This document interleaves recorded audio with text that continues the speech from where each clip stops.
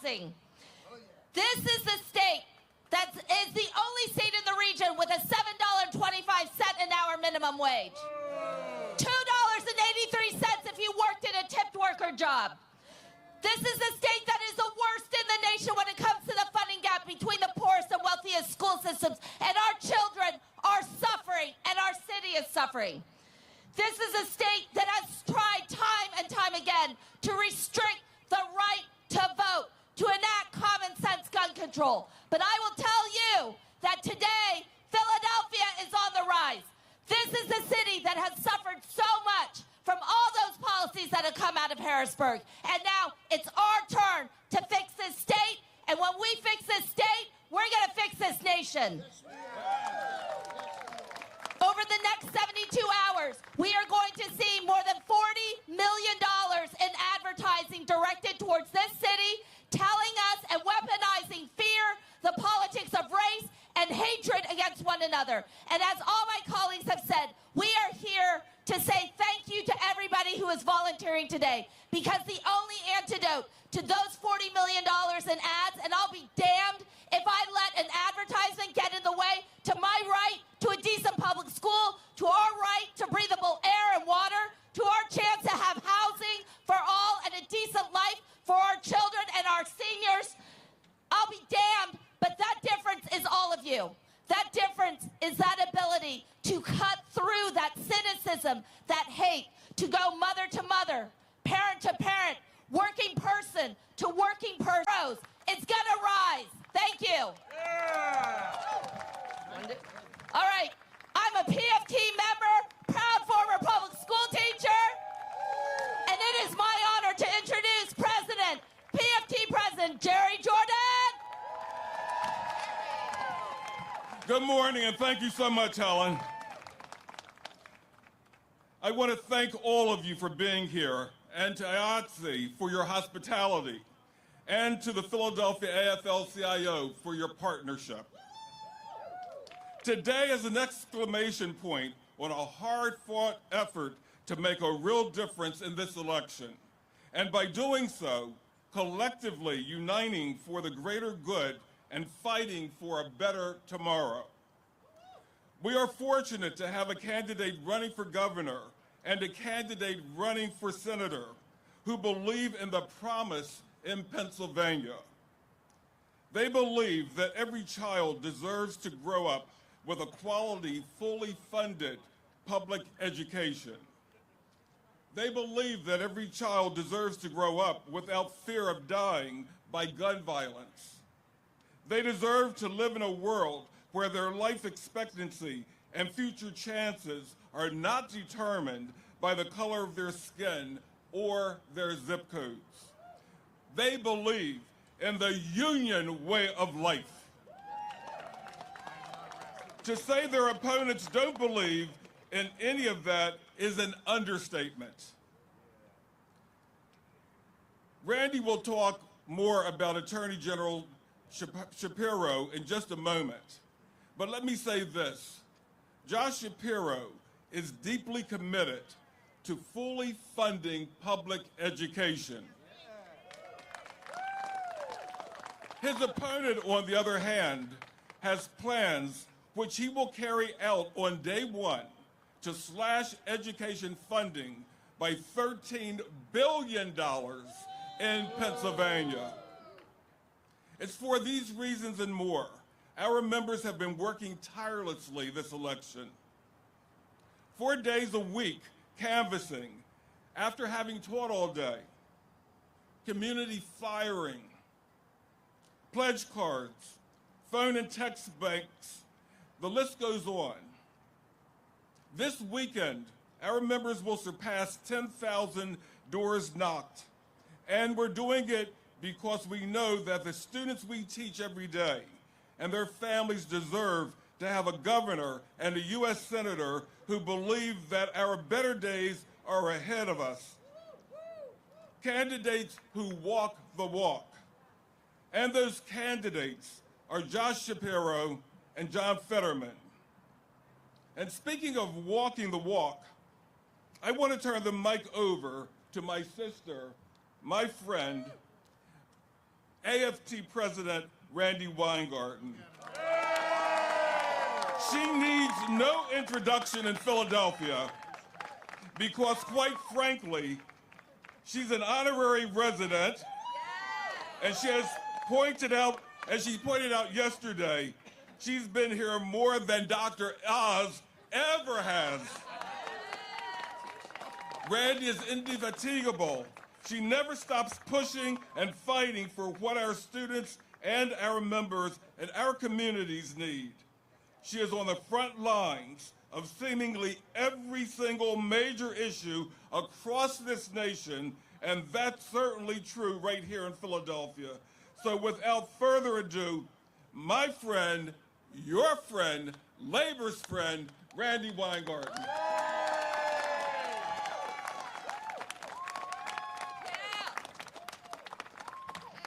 So, what Jerry means by that is because, and this is part of what I want to speak about, the last Republican governor, who in our view was extreme, but nothing compared to Mastriano. You already heard Kendra say he cut $1 billion. Mastriano's going to cut, except he's not going to be governor because Josh Shapiro is going to be governor. His plans are to cut $14 billion. But this is what I want to do. And, everybody said everything, but not everybody has said it. So this is what I want to say. Labor, we know this. We know fraud from truth. We know fact from fiction. What I said yesterday, you're not here, is I've been in Pennsylvania a lot. I never saw Mehmet Oz in Pennsylvania until he was running. And as everybody on this stage knows, and thank you, Michael, for one more time letting us use your stage, your parking lot. I remember what Corbett did. Corbett tried to use Philadelphia as the example, as what you didn't want to be. I guess he didn't know the Phillies. And he didn't know the set. Yeah, exactly. And I watched what he did in terms of schools, taking money out. How many times, Jerry, have we been here? How many times, Arthur, how many times, Helen, have we been here trying to deal with the mold in schools, making sure there was decent ventilation, having a nurse? Isaiah, how many times did we try to get a nurse in schools? Those cuts, they were not just cuts to academics. They were cuts everywhere. And then what he did, take over the school system, take over the school board, and basically take money out of the schools into whatever else. Because what he wanted, Corbett, was to kill this school system. Because he thought if he killed this school system, he would kill this city. That's what he thought. And every day, how many times did we fight that fight? Yes. Every day with labor, with everybody who's here, to say, no, we need that money. We need that investment. Our kids need that. Our kids are not expendable. Our kids are not political pawns.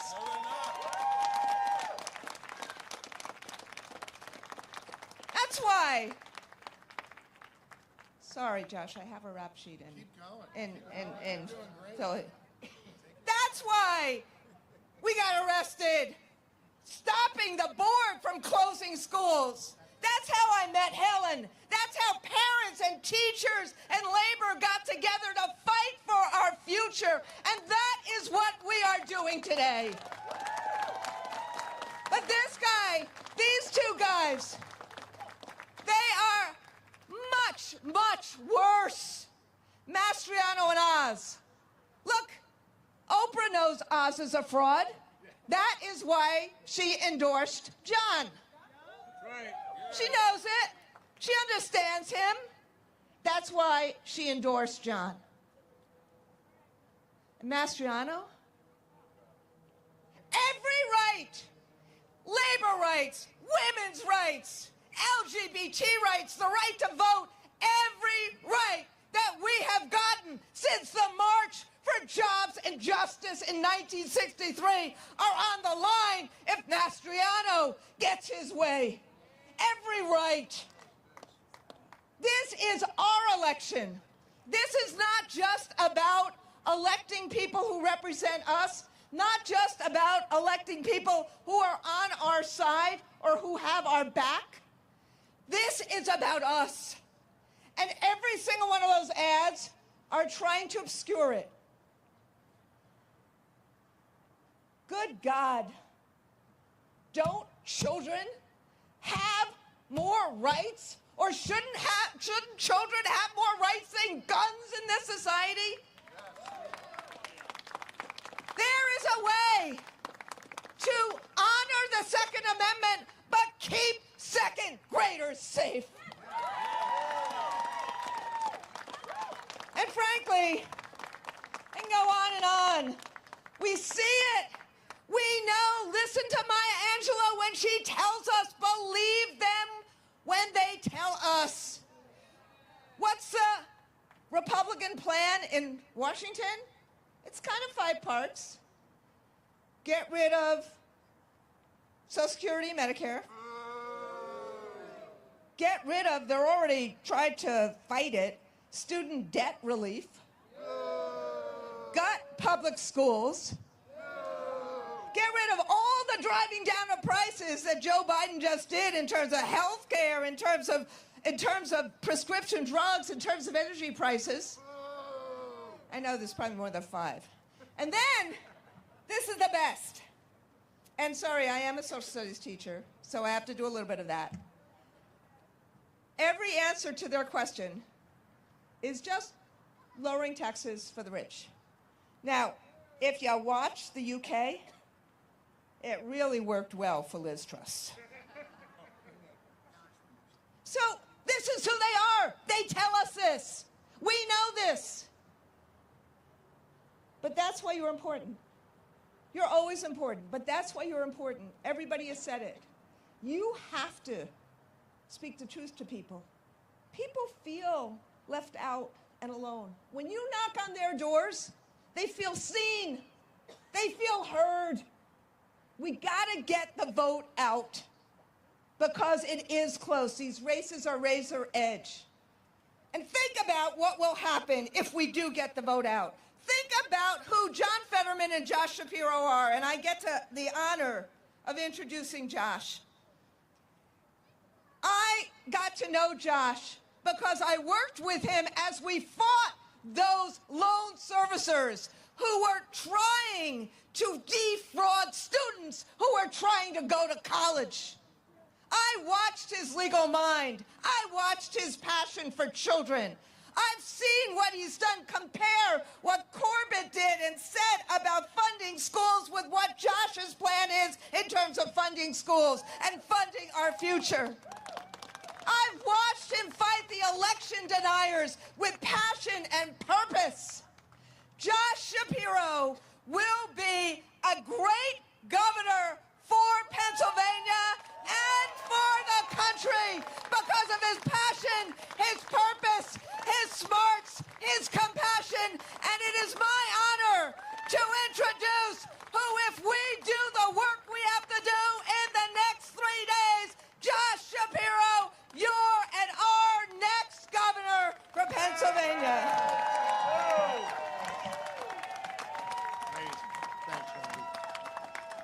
Go Philly!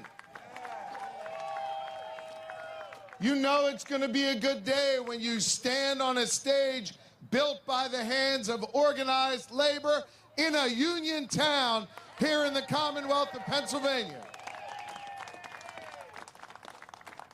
We got 3 days, folks, and this election is about 3 things. It's about whether we're going to value our freedom, real freedom, the kind of freedom that comes when we respect all people, no matter what they look like, where they come from, who they love, or who they pray to. It's also about our democracy and whether or not we are willing to do the work that our ancestors and their ancestors have done over the last 246 years to defend our democracy and protect our fundamental rights. It's also about whether or not we see a future of opportunity for all Pennsylvanians. I certainly do. I've been at this for 13 months, and I must tell you, with 3 days to go, I feel more hopeful than the day I started, because I've met Pennsylvanians along the way who've inspired me and given me hope, and who have looked me in the eye and shared with me their biggest hopes and their biggest concerns. When I think about the opportunity that we have, the first place I think about is our public school classrooms. And when I'm your governor, we will fully fund public education here in the Commonwealth of Pennsylvania. But understand, and Randy knows this, it's not just about writing the check to the school district. It's about making sure we look every one of God's children in the eyes and say, we're going to lift you up and we're going to give you a shot. And so, yes, we'll fully fund our schools. And yes, we'll make sure there are well-paid, excellent teachers and professionals in every building.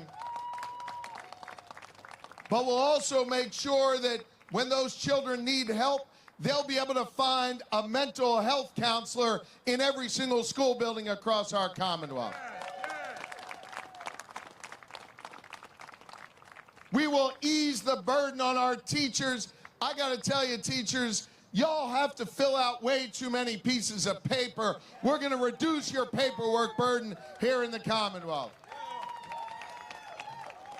We'll have a Secretary of Education who understands the real challenges you face and who acts as a real partner to you and to your students every step of the way. We will finally end our reliance on standardized testing. It is not a measurement of how well a kid learns or how well a teacher teaches. And how about we bring things back into our classroom that are going to give our kids an opportunity for success? Let's bring VOTEC back to our high school classrooms in Pennsylvania. And let's make sure that when we show that young girl in the 10th grade what it means to be a welder, what it means to be a stagehand, what it means to be an electrician, that she has the opportunity to go out into a union-funded apprenticeship program to go to work after high school. We can do this work together. We can build a Commonwealth with real opportunity. But we have to believe in one another, and we have to be willing to do this hard work. We got 3 days to go to knock on those doors. 3 days to go to send those texts. 3 days to go to let people know what is at stake. My name may be on the ballot, but it's your rights. It's your future. It's our collective opportunity that's on the line. And folks, this is a moment where we got to rise up. We got to speak up. We got to work hard, and we got to get this done. And if you can work hard for me over these next 3 days, well, then I'm going to bust my ass for you for the next 4 years as your governor. Thank you all very much. All right. Thank you, Josh Shapiro. It was mentioned earlier by President Shuler that the game tonight will be played by union members. It should also be pointed out that the broadcast technicians are IBW technicians down at that stadium, and the stagehands that did the block party are represented by IATSE, and Unite here is serving the food down there. It's not like that down in Houston, and the reason it isn't is because of state politicians like Josh Shapiro, and that's why we need them there. We started off today by saying there's 3 types of people: those that run to the fight, those that run away from the fight, and those that watch the fight. The people here have run and chose to run to the fight.